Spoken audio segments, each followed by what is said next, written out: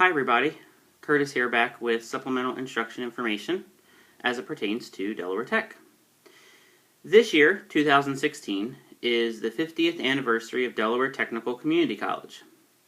With that anniversary going on, the leadership have developed something called the Blueprint for the Future.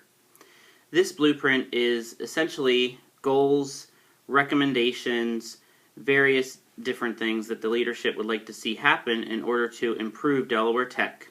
We want to improve the lives of students, people in the community, make it easier for employers to find good workers, all that kind of stuff.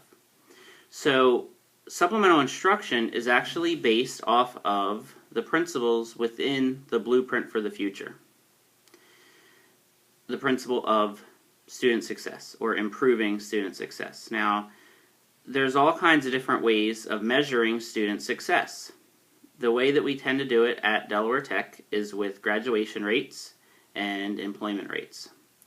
But others at Delaware Tech are looking for different ways to measure student success beyond the traditional graduation rate, employment rate, even surveys of students and their experiences at Delaware Tech and their opinions, even more than just all of those things.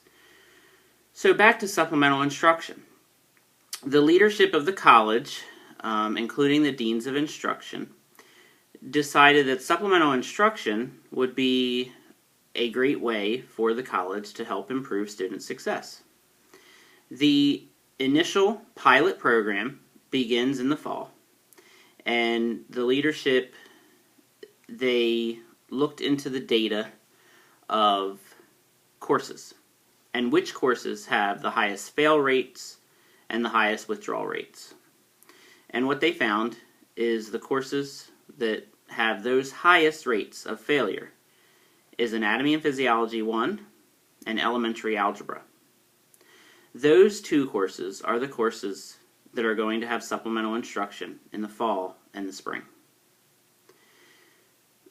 That's where we started with supplemental instruction. After going through the training at Kansas City, the coordinators met with the deans of instruction to discuss everything that was learned and the things that we are planning to do that are in line with the theory and the spirit of supplemental instruction, and maybe some of the things that we were planning on doing that really don't align with the theory. So we went back to the drawing board, redesigned some things for the program, and what we decided is instead of doing one supplemental instruction session per course section per week, we're going to do two. So what does this mean? This means that, first of all, our new supplemental instruction leaders are going to be paid a little more. And due to budget concerns, we decided that instead of 3 sections of each course offering supplemental instruction, we're just going to have 2 sections of each course. To reiterate, Delaware Tech has 4 campus locations, one in Wilmington, one in Stanton, one in Dover, and one in Georgetown. Each campus will have 2 sections of elementary algebra and 2 sections of Anatomy and Physiology 1 that have supplemental instruction attached to them. One thing that was rather difficult for most people at Delaware Tech to accept is that most schools with supplemental instruction do not identify these sections in their courses, in their course selection grids, their course handbooks. At Delaware Tech we call it Banner.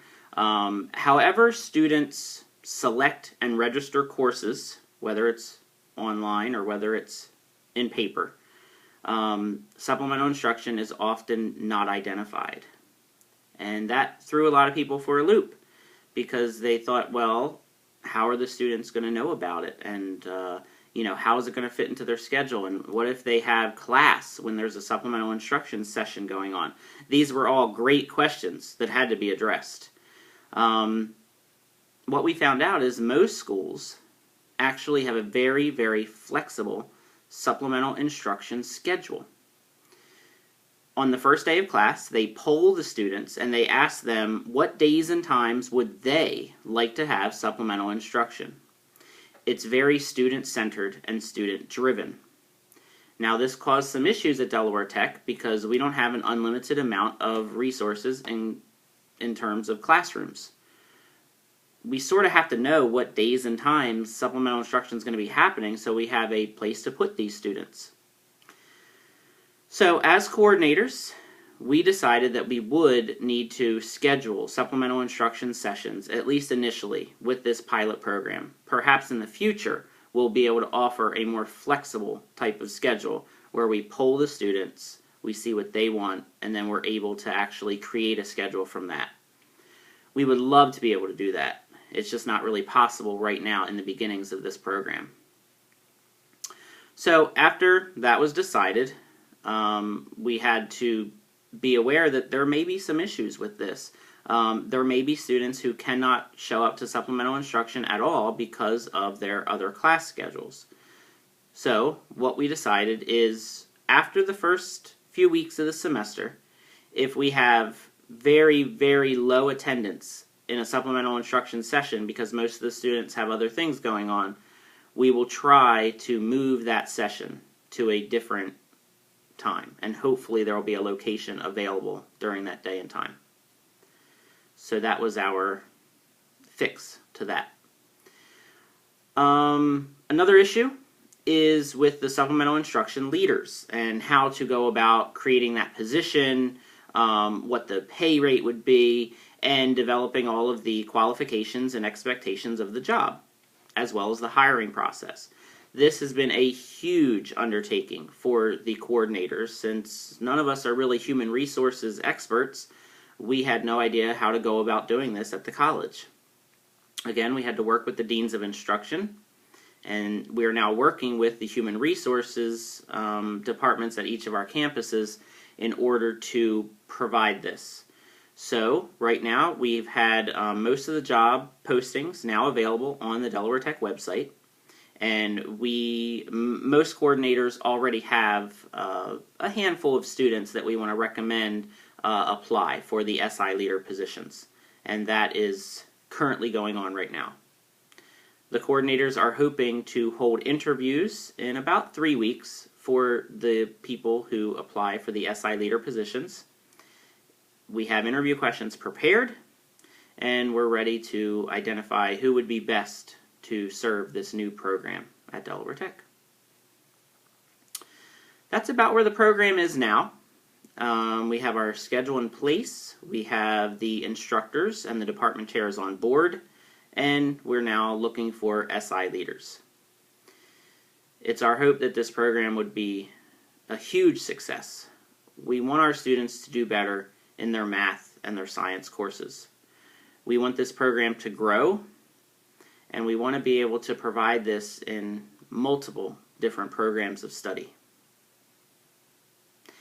That's it for now. Thank you all very much, and I'll be back with an update in hopefully about a week.